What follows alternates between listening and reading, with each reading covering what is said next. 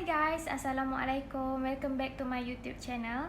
Sebelum tu saya nak ucapkan ribuan terima kasih kepada korang yang dah view, yang dah subscribe, yang dah like, komen and promote saya punya YouTube channel. Share dengan korang pengalaman saya macam mana saya boleh travel 10 buah negara dalam masa 3 tahun.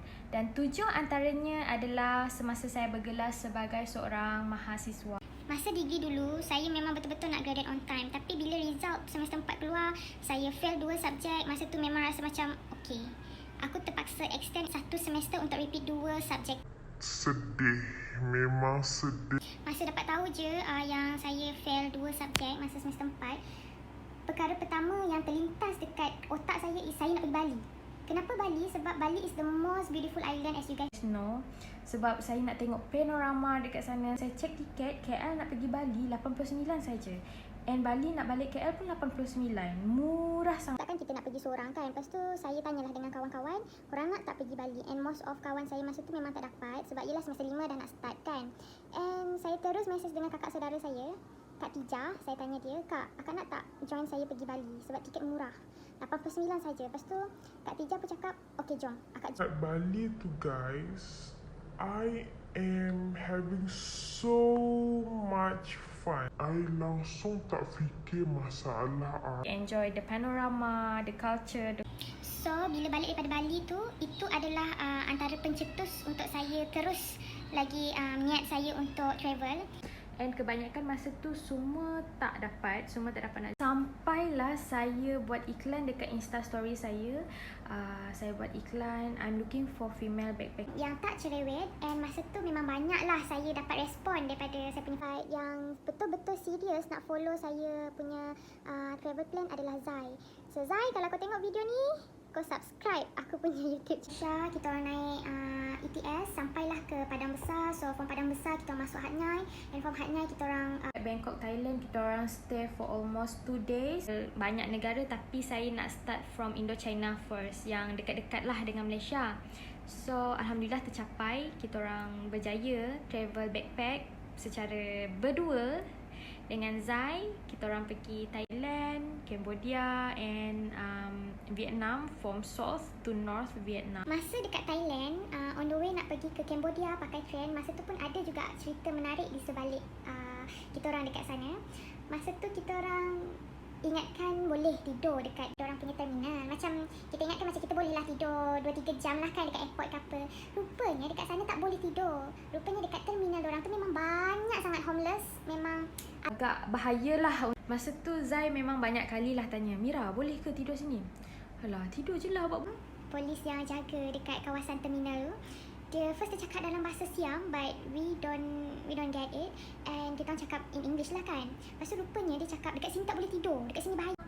Aku pun pandang Zai and I was like, itu dalam pukul 12 malam. So kita orang ingat nak tidur sebab the earliest train pukul 5 pagi. So macam tak lama lah gap tu. So bermulalah sesi aku pandang Zai, Zai pandang aku, polis tu pun pandang kita orang dua. So sebab memang tak ada plan lah kan, tak tahu nak pergi mana dah. Lepas tu polis tu cakap tak apa, dia bawa kita orang pergi hotel berdekatan dekat terminal train tu.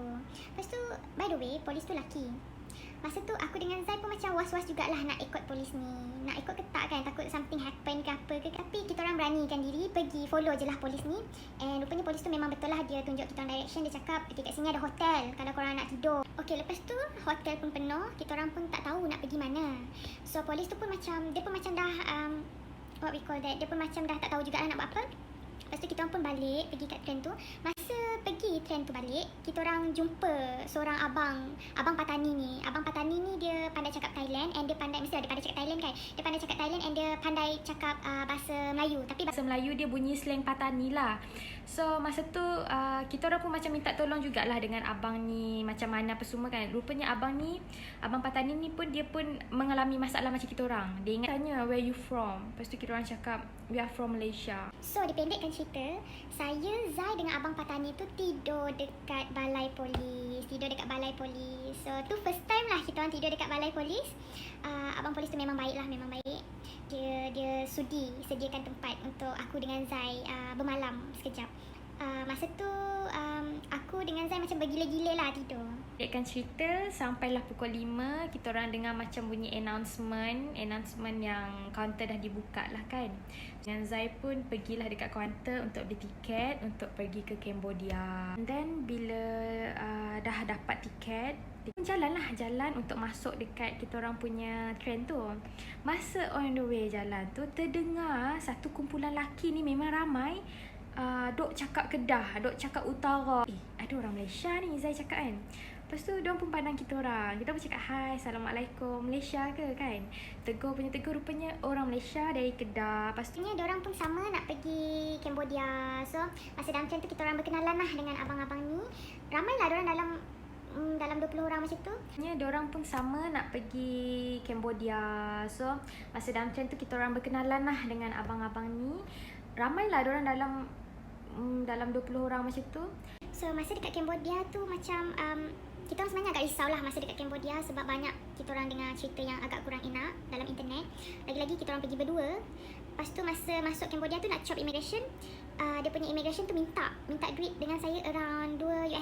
Tapi saya cakap I don't have dollar. Lepas tu dia baling saya punya passport. And masa tu memang rasa macam terkejut lah. I a bit turn off lah masa dekat sana.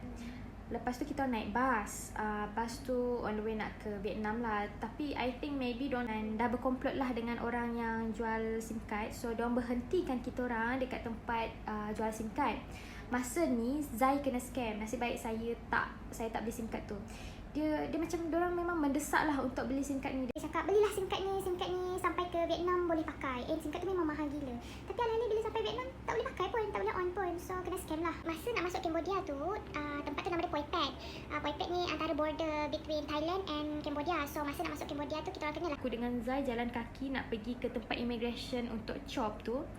Masa tu memang banyak anak-anak Cambodian kids yang datang dengan kita orang, yang tarik-tarik baju, yang minta duit, minta makan.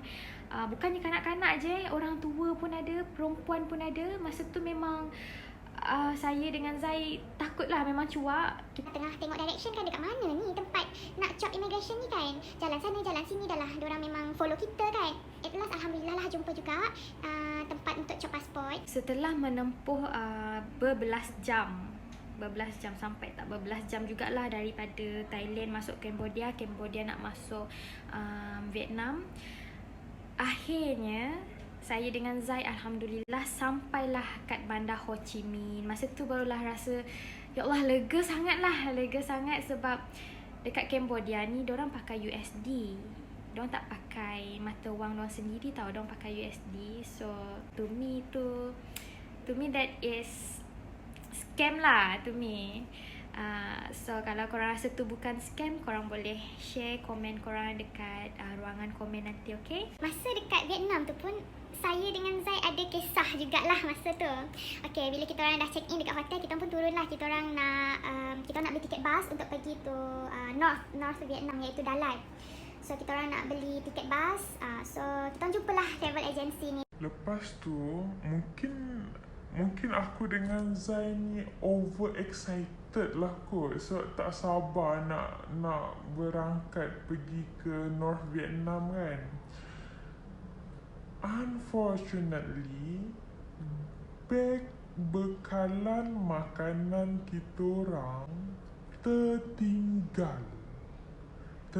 dekat bilik hotel. Kita orang tak bawa. Meaning to say, masa kita orang naik bas untuk berangkat pergi ke North Vietnam tu, kita orang bawa beg baju je. And yang paling menyedihkan dekat North Vietnam tu, makanan halal memang susah sangat nak cari. Memang tak ada. Memang sangat susah lah nak cari. Just bawa beg baju saja untuk pergi ke North Vietnam. Sebab kita orang kan backpackers, so kita orang memang nak jimat lah, nak limit kita orang punya budget. Bila sampai dekat North Vietnam tu, aku dengan Zai jatuh makanan tu tak. Masa tu macam Segala benda lah boleh catur. Kalau jumpa Milo tu share 2 lah. Umpama macam tu. Tak habis dari situ guys. Bukan sahaja beg makanan kita orang tertinggal dekat Vietnam tau. Yang paling kelakarnya, bila kita orang sampai dekat utara Vietnam ni, hotel yang saya book tu tak ada. Tak wujud pun. Bukan tak wujud. Rupanya dia dah lama tutup. Tapi dia tak update dalam booking.com. So masa tu saya dengan Zai dalam keadaan yang penat, dalam keadaan yang lapar. Bila jalan kaki agak jauh homestay, alih-alih homestay tu dah tutup. Masa tu memang mencabar kita orang punya mental. Like literally I dengan Zai jalan agak jauh. Sampai kita orang jumpa pelancong from South Africa. So kita orang tanya location dengan dia, and diorang lah yang tunjuk direction kita orang. Hotel tu macam homestay lah, tutup, memang tak ada. Dengan lalang yang tinggi, dengan rumah tu pun macam dah lama tinggal. Mana ni, nak duduk mana ni, apa semua, dah lah penat apa semua. So kita orang agak kecoh jugalah. Ni dekat sebelah homestay tu keluar. Dia tanya kita orang lah, kenapa ni, apa yang kecoh-kecoh ni kan. Lepas tu kita orang pun cakap lah, kita orang tanya lah, kenapa ni tak buka. Itu dia pun ada sediakan homestay. So dia cakap kalau macam tu stay je lah dekat homestay dia ada provide homestay. Lepas tu aku dengan Zai pun memang dah penat gila dah masa tu, dengan tak mandi lagi. Lepas tu Zai cakap, okay jom kita ambil je lah homestay. And masa kita orang stay dekat homestay tu, mamat ni pun dia ada provide juga kalau korang nak sewa skuter. Makanan dah lah tertinggal dekat Ho Chi Minh. Nak makan makanan halal dekat North Vietnam memang tak ada. So kita makan apa yang ada. Maksudnya nasib baiklah dalam beg kita ada macam crackers, adalah 1-2 Milo. So benda tu lah yang aku dengan Zai catur. Kita orang makan share-share. Nasib baik kita orang just stay sana 2 hari 1 malam, tak lama. Dekat sekitar Dalat City. Masa tu Zai lah yang bawa skuter. Dia bawa skuter pun memang boleh tahan. Aku rasa dia memang dah biasa kot merempit dekat Ampang. Okay, by the way, masa dekat Dalat Vietnam memang subhanallah memang cantik. Sebab North Vietnam ni, tempat yang kita orang pergi ni, dia tempat yang diterokai oleh orang Perancis suatu ketika dahulu. So semua rumah diorang memang mostly memang macam dekat Europe. Memang cantik, dekat sana memang sejuk. Penuh bunga-bunga tepi jalan, memang bunga-bunga memang sangat cantik. So kita orang pun rasa even makanan kita orang tertinggal dekat Ho Chi Minh, tapi kita orang dapat menikmati. Lepas tu masa dekat Vietnam tu kita orang jumpa balik abang daripada Kedah yang kita orang jumpa dekat Cambodia tu. Rupanya hotel diorang dengan hotel kita orang tak jauh. And The last day was I ambil private tour untuk bawa I pusing. keliling Ho Chi Minh City. Walaupun saya dah pergi 2 kali Vietnam, tapi kali ni rasanya pergi dengan kawan memang berbeza lah bila kita pergi dengan family. Lepas tu masa saya ambil private tour tu memang banyak lah saya belajar. Sejarah Ho Chi Minh, sejarah orang-orang Vietnam masa tu. And rupanya abang-abang yang kita orang jumpa tu, abang-abang yang dari Kedah tu, rupanya diorang adalah backpackers. And masa dekat sana diorang pun cakap lah yang dalam bulan 9 macam tu diorang akan buat group backpackers untuk pergi ke Laos, Myanmar, Thailand. Aku terus rasa macam nak pergi kan. Masa dekat Vietnam tu, aku dengan Zai memang dah simpan impian nak sampai ke China. Sebab kalau korang dari Ho Chi Minh, korang naik belah utara dia, Dalat, Sapa, Hanoi. Naik lagi ke atas tu, dia dah antara border between Vietnam and China. Masa tu, aku dengan Zai rasa macam nak pergi China dah. Tapi yelah, nak pergi China kena ada visa kan. Lepas tu saya pun cakap dengan Zai tak apa, kita hold dulu plan nak pergi China. So balik daripada Malaysia, saya dengan Zai memang balik dengan penuh kenangan lah. Sebab kita orang berjaya pergi 3 buah negara pakai train dari Malaysia. And kita orang bawa balik kenangan Yang cukup manis. Even until now, kalau kita orang cerita pasal tu memang sangat best. Lepas tu bila masuk semester 6, saya tak travel sangat sebab hujung tahun tu alhamdulillah saya mengerjakan umrah. Cuti pertengahan semester 7 tu, saya follow grup abang-abang daripada Kedah ni. Untuk tu ada juga kakak-kakak daripada Thailand. Daripada Kedah, kakak-kakak daripada Kedah. Meaning to say, kita orang pergi ramai-ramai lah. Tapi semuanya orang Kedah, kecuali saya sahaja yang berasal daripada Sarawak. Dan yang bestnya, kali ni hari tu pergi dengan Zai pakai train. Kali ni kita orang dari Kedah pergi sampai Myanmar pakai van. Ini lagi mencabar. Dalam 9 hari, 10 hari jugalah kita orang naik van. Daripada Kedah, kita orang naik naik 2 buah van masuk Danau, lepas tu pergi naik sampai Hak Nai, Patalung, Narathiwat, Songkla, sampai Bangkok. So memang banyak berhentilah sampailah kita orang masuk border between between Thailand and Myanmar and Cambodia. Segitiga bermuda tu lah yang kita orang naik sampai Chiang Mai, Chiang Rai. Kita orang masuk Laos, kita orang masuk Myanmar. So dia sangat best sebab kali ni trip kita orang banyak berhenti. So setiap kali berhenti tu kita orang tidur bermalam. So bila masuk Laos tu saya rasa sangat bersyukur lah jadi seorang Malaysian, dilahirkan di Malaysia, sebab kalau nak dibandingkan negara kita dengan negara seperti Laos dan Myanmar memang banyak ketinggalan dari segi ekonomi dia. And masa tu saya rasa sangat bersyukur lah sebab kita dekat Malaysia kita ada basic education yang kerajaan sediakan, tapi compare to negara diorang nak pergi sekolah pun tak mampu. Kerajaan tak mampu nak sediakan fasiliti seperti sekolah, seperti hospital.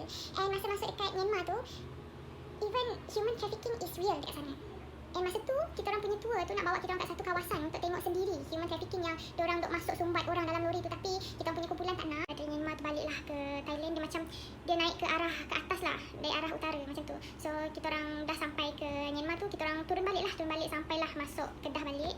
And banyak sepanjang perjalanan pergi Thailand, kiranya tu dah 2 kali lah saya pergi Thailand, Laos dan Myanmar pakai van. Kali ni trip memang banyak ajar saya erti bersyukur lah. Follow trip ni lah saya kenal dengan Kak Nat. Kak Nat adalah the one yang follow saya untuk ke China right after habis trip saya pergi 3 buah negara ni. Habis saya study, habis semester 7, alhamdulillah habis juga aku belajar. Habis saya study, saya plan untuk pergi ke China. So saya bawa lah Zai dan Kak Nat. Lepas tu Zai pun tanya, boleh tak kalau aku bawa member aku seorang? Lepas tu saya cakap, siapa? Kau nak bawa siapa? Lepas tu dia cakap dia nak bawa Emon. Lepas tu saya cakap, Memang bukan sama Unimas kita ke? So bawa je lah kan, sebab kenal kan. So masa dekat-dekat nak pergi tu, Zai cakap dia tak boleh nak join. Dia tarik diri sebab masa tu adalah sebab. So dia tak dapat nak join. So masa tu memang sedih jugalah, memang terkilan. Saya, Kak Nat dan Emon, kita orang pergi bertiga. Sepatutnya pergi berempat, tapi kita orang pergi bertiga. Alhamdulillah sampai juga kat China, dekat Kunming. Kat Kunming tu kita naik sampai Lijiang, dekat pegunungan China tu. Kenapa tak Beijing? Kenapa tak Taiwan ke Taipei ke Hong Kong ke? Kenapa Kunming? Okay, saya plan nak pergi Kunming sebab Kunming sangat cantik dengan panorama dia, which is Always cloudy, sentiasa musim bunga, and dia sangat sejuk dekat sana. Cuma satu je yang tak best China. Jamban tak ada air. Itu je lah. So balik daripada China, saya pergi Singapura. Tapi saya pergi Singapura tu dengan kakak saya. Kita orang masuk Universal Studio. Memang best sangat. Apa dah umur kau berapa? Lepas tu balik daripada Singapura, alhamdulillah saya pergi Turki. So dengan itu genaplah 10 buah negara saya pernah pergi, dan 7 antaranya adalah masa saya bergelar seorang mahasiswa. Alhamdulillah. And banyak juga kawan-kawan saya tanya, macam mana kau boleh travel sedangkan kau student lagi apa semua. So jawapan saya masa saya nak backpack tu, saya buat macam-macam bisnes. Saya jual brownies, saya jual pavlova, saya ambil upah buat cake untuk birthday decoration, bridal shower. Saya buat macam-macam masa saya student. Nak pergi negara luar, istilah pakai duit mak bapak. Saya pakai duit sendiri, saya bisnes masa. So bermula daripada saya fail paper 2 subjek politik masa semester 4 sebab terlalu stres sampai saya terfikir nak pergi Bali, dan balik daripada Bali itulah saya bercita-cita tinggi untuk pergi negara luar. So alhamdulillah dari tahun 2017 sampai hujung tahun 2019 saya dah pergi 10 buah negara, iaitu Indonesia, Thailand, Cambodia, Vietnam, Myanmar, China, Singapura. Pergi mengerjakan umrah, lepas tu dan akhir sekali Turki sebelum berlakunya lah COVID-19 ni. Kalau tak, saya plan memang nak pergi ke India dengan kawan-kawan saya, nak travel sebelum kahwin ke apa kan. Kira macam this is my bucket list lah orang cakap. And terima kasih kepada korang sebab sudi tengok saya punya vlog. InsyaAllah saya akan buat part 2 pasal travel pula. And jangan lupa subscribe saya punya YouTube channel. Jangan lupa follow saya punya Instagram Amira Rarara, Facebook, and saya tak ada Twitter. Okay, so insyaAllah see you guys soon. Bye.